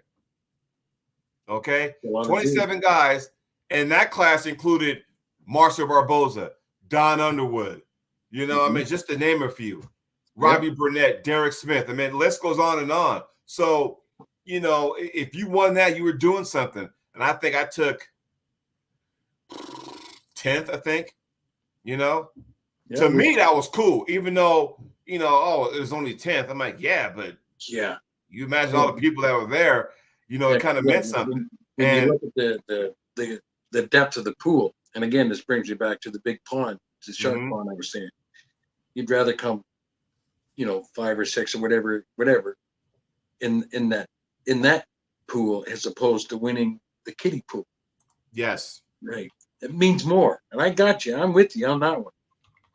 I'd rather come, come midway amongst and with all elite people in the class rather than win something that comes easy.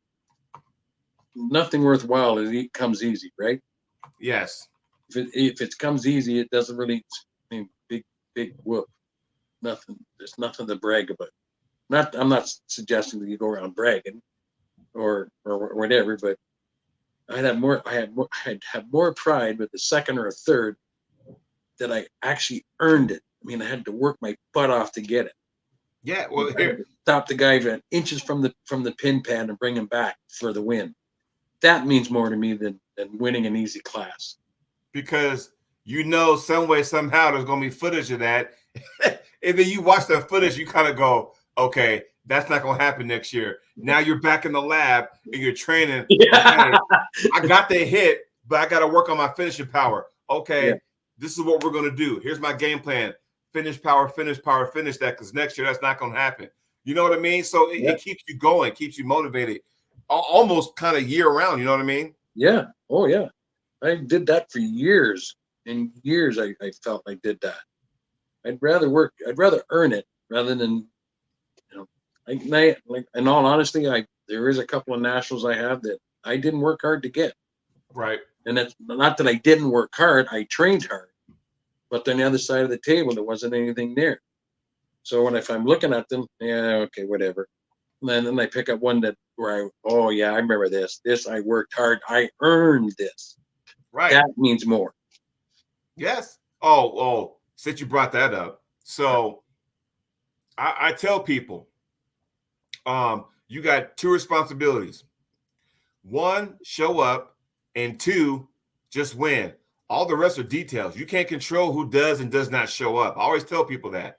But you don't want to be that person, because I think now, because of this big boom in arm wrestling with all these people coming into sport, it's the I'm sorry, but I want to earn what I got. I don't want to just add water title, or, hey, I won first place, but there's only two guys in my class.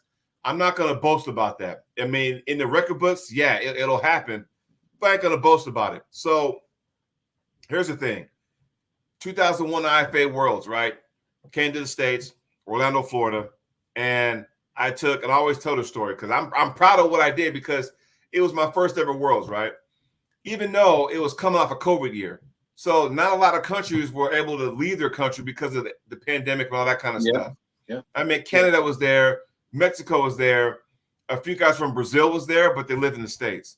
Kazakhstan was there. There's a few other countries that was there. Not a whole lot, though. And an influx of USA. And it felt more like a national more than a world. But nonetheless, it was treated as such. Cool. Took second in the Masters left hand. I'm cool. Lost to a guy from Brazil. Fine. But for me, just that moment of me standing on the podium with that American flag draped around me, I thought it was kind of cool, even though I knew the circumstances, Now it's getting bigger. The pandemic's in the rearview mirror. I would love to go back there, but I just don't want to go back there and I do good, because you're always going to have these birds chirping going, oh, yeah, you won a world title. Yeah, but it wasn't, the best of the best. Oh, whatever. I get that. And I'll be the first person on record to say this. From a competitive standpoint, competition-wise, it's WAF. I get that. I know it. I get it. I understand it. But the amount of hula hoops you have to go through to get there and worry about, well, you can't come here because you pulled that. I don't want nothing to do with that. I'd rather go here where I can just pull, be happy, root for my country, win, or what have you. But then I'm always, it's that, how can I say this? It's a catch-22, because somebody with a world title will say this. If you're some of those guys that won those Petaluma days, you remember those Petaluma, California champions? Yeah. They were considered world championships. It was in California every year in the fall, but they were considered Petaluma championships. So you go tell Alan Fisher that that's not a world title, and you might get an earful, because when he's a 27-time world champion, those didn't come from WAF. They came from Petaluma, but it was still a world championship.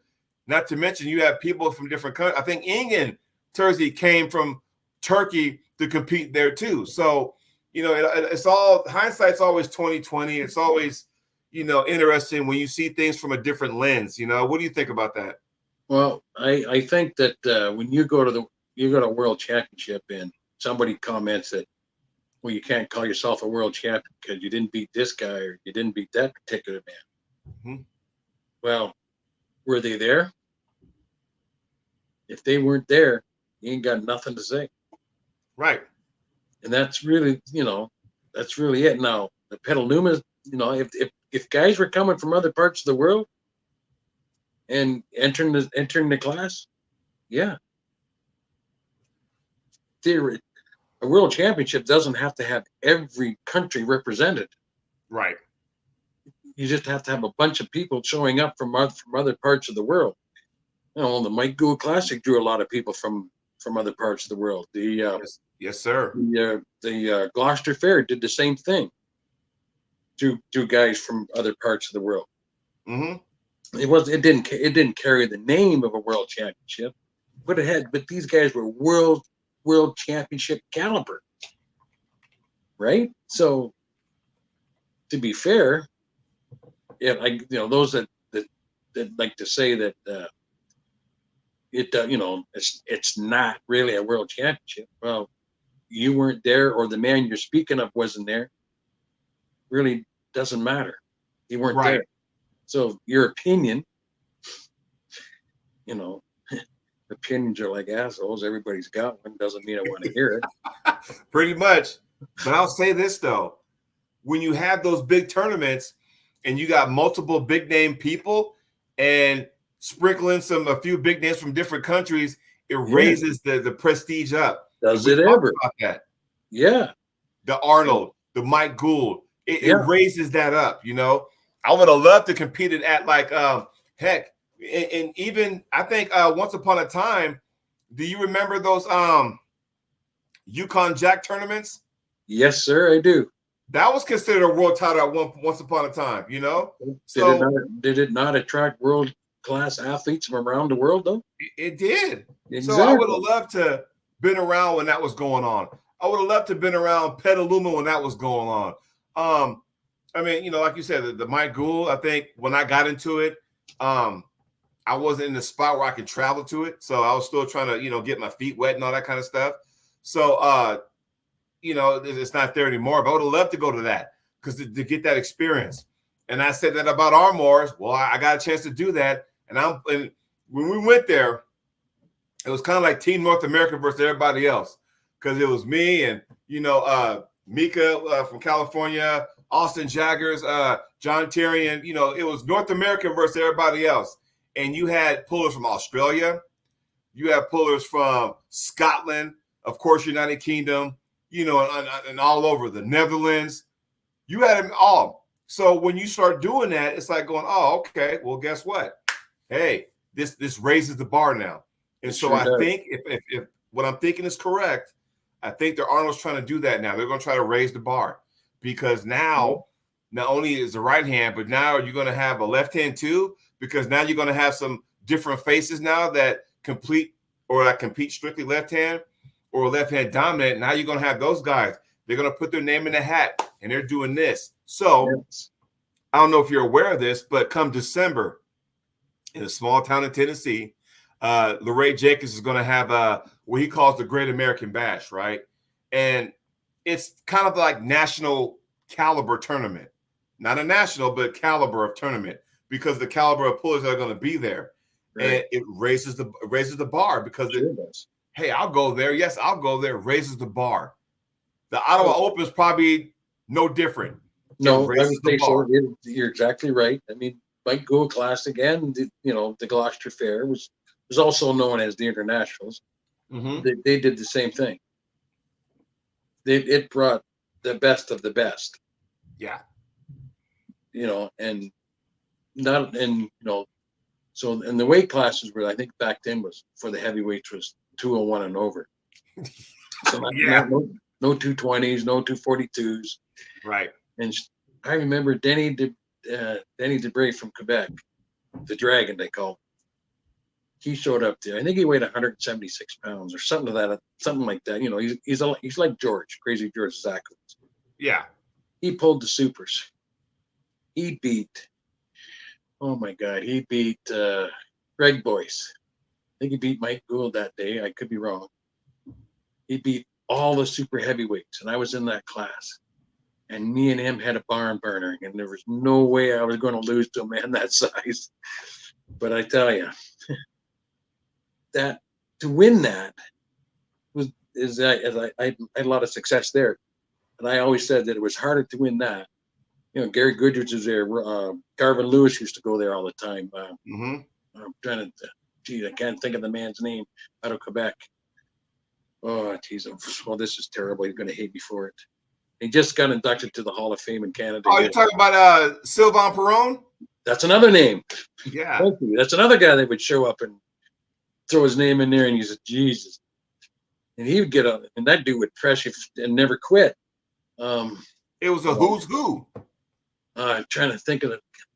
Oh, man. That's terrible. I can't even think of the man's name. I can picture his face. Steve Marnoux. Yeah. That's who I'm thinking about. He would go there. And actually, there's a funny story with him. I entered the amateurs my first time there, won it. Next year, I entered the Open, drew his name. He beat me, beat me 2 years in a row like that.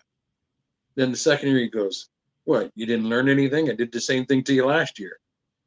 Oh, really? So I said, "You know what, man? You're gonna regret talking to me like that." Came back to next year and schooled him.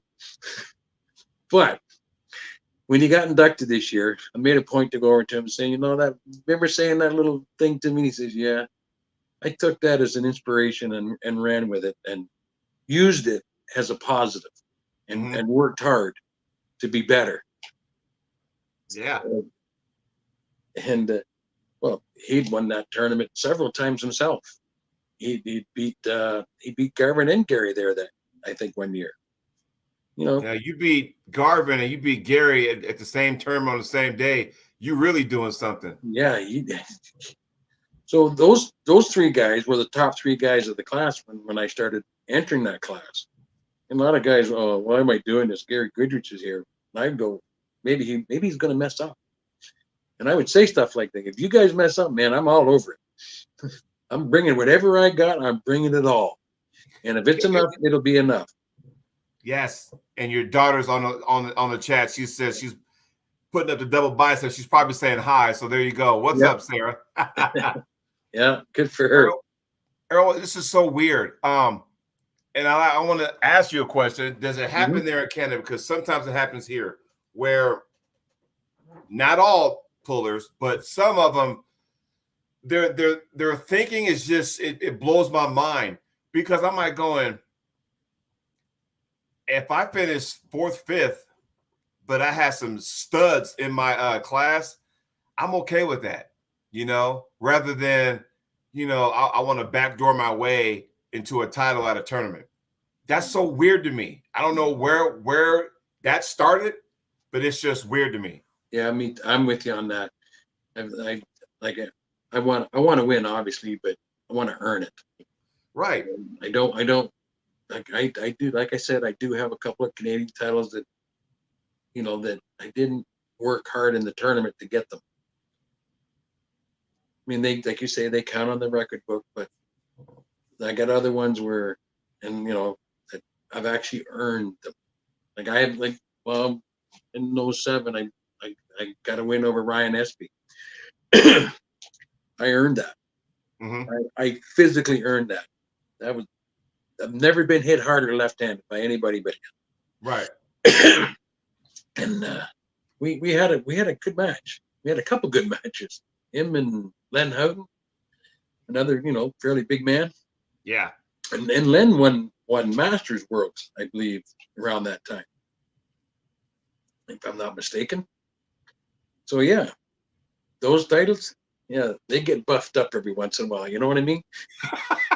You see these awards back here sitting behind me? Almost, I got the medals in like a chest, but all these plaques and trophies back there, yeah. Before we put a bow tie on this, I gotta ask you one question, because I mean, I kind of asked a lot of people, but I gotta really think about this when I ask this. Now, you are at the World Championships, right? And you're in the finals, and you're pulling whoever you want to. You can put whatever name you want on the face, and they got one foul, okay? And you set up again. Ref says go, and you're going, and your opponent elbow fouls again. And now remember, what's at stake is a world championship. Elbow fouls for the second time. Now you're a world champion. Do you A, okay, hey, I take, or B, no, I don't want to win that way. I want to make sure I leave no doubt. I want to make sure I get the pin. I'd rather get the pin. There you go. I'm much happier with the pin. I want to earn it. Yes. And I think Ryan's case there, I think I got to win just that way over him because of an elbow foul or a mistake that he made. Mm-hmm. I wasn't too happy about it. Nothing against Ryan, because, we're all responsible for keeping our elbows down. Right. Early part of my career, I was really bad for it. But I want to beat the man. I want to pin him. I want to rub his knuckles on the table, only for that split second, and I want to celebrate. But after I'm all done, I want to reach across and, you know, let him know that I still have a lot of respect for him and things of that nature. Yes, Winning on, yes. yeah, winning on an elbow fouls doesn't have the same. It's kind of empty. Yeah. Because I mean, I just had to ask that because and we're all competitors, you know, and you gotta go, okay. And the reason why I asked that loaded question because it's a question where it's like, okay, this might be my only chance to win a world title. And you know, if I say, hey, run the match back, what if that person beats you? Then you're like, I had it and I let it slip through my fingers. You know, but still, I mean, hindsight's always 2020, but Sure. I always got to ask that kind of question just to see where people are at from a competitive standpoint, you know? Well, the other okay, from your opponent's point, you know, perspective, it's his responsibility to make sure he doesn't elbow foul or break the rules and causes mistakes. Mm-hmm. I mean, yeah, you want to win, you want to pin the man, you want to get the win that way, but we're equally responsible as competitors to see that we don't break the rules. Now, if you Yes. win because they mess up and elbow foul or whatever the case may be, yeah, you'd feel a little disappointed that you didn't get the pin, but at the same time, you're supposed to keep your elbow down or whatever the case is. Right. And does that take away from your win? Me, it's a combination, you know, of you doing everything right and capitalizing on their mistakes, Mm-hmm.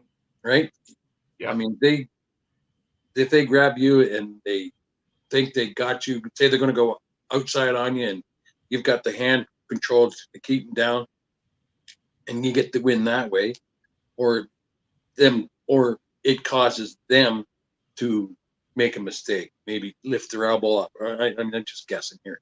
Right. It's it's not it's not your fault, and shouldn't really take away from your win because you did everything right. If you do everything right and they mess up, that's still yours. But I understand where obviously you want the pin. You want because there's no this if this didn't happen or that didn't happen. Right. You know, I got the pin. I'm the man. But like I No say, questions asked. yes. But if I do everything right and I don't make any elbow fouls, I don't get any fractions whatsoever throughout the day. And you do, that's on you. There you go. You didn't bring your A game properly. Again, that's why I like to tell guys when they're practicing, start square, you know, like you would in a tournament, get comfortable with that. So you're not in the position when you do go to these bigger tournaments that you're squawking at the referee because you feel like you're being cheated. Right. I know we have a lot of young guys that like to start that way, and they go, "This is the way I've been taught." Now, sorry to tell you, you've been taught wrong. Learn to set up in a if you're in a tight environment. That way, when you do go to those type of, you know, you do go to the worlds or the nationals, because the referees do tend to call things a lot tighter the bigger the tournament. Oh yeah. So get comfortable in that position, then you won't be uncomfortable. And if you can get if the referee doesn't, if you're smart and you know how to manipulate the rules a little bit, right? That's why I like to learn to ref, because it allowed me to see how other guys manipulate the rules. So I have to try to catch them. And then, oh, maybe I'll note to self. Maybe I'll Right. try that. So in that way, again, makes you a better competitor and makes the game better. Oh yeah. Well, my friend, we've been on here almost 2 hours, man. I mean, And I've enjoyed it thoroughly. and that was some good storytelling, some good training advice, some good all around talking. And like I said, I mean, we were just talking. I didn't Yeah. have a list of questions. It was just I was just throwing them at you, and I would just be like this listening, you know. And I'm glad we were able to do this. And I want to do it again sometime if you're up to it down the road, you know. Yeah, sure. Actually, I've never done this before. I've kind of shied away from it, but yeah, I guess I'm at to the point now where I can share my experiences and try to offer some advice to somebody if they're willing to listen. What Don't worry, because there'll be some questions coming from me to you and be like, hey man, I need some advice on A, B, C, and D. And, you know, and if you're up to give me some advice, I will be all ears. I got 2 big ones, so I will listen, sir. I'll offer any advice I can. If I don't know the answer, I'll just say so. But yeah, by all means, I've got no problem. I want to give back as much as arm wrestling has given me, and it's given me an awful lot, an awful lot to over the years. You know, not, and it's not just the fact that I was able to win. It's the people, the friends that I've made. That's the important thing. And I really, you know, God willing, I'm going to stick around for a little while yet. See what else I can do. I mean, I may just have to settle for being a ref, and that's okay too. I'm still involved. Yeah, I got one thing they cannot take your Hall of Fame away or your titles or anything like that. So you can just, like I said before, earlier in the show, you can sit back, referee. You could be in Sarah's corner. Hey, I'm just another aspect of for me in the sport. Me giving back.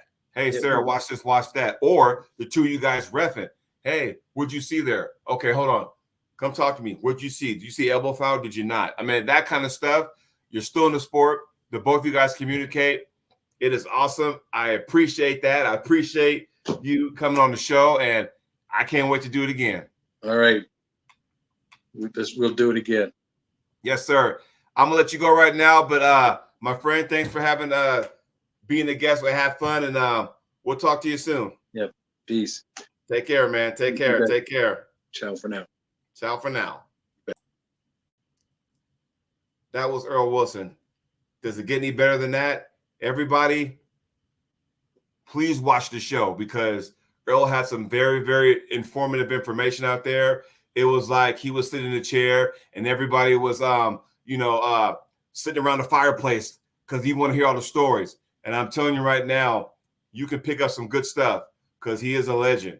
You know, don't let anybody tell you any different. So again, everybody, thanks for watching the show.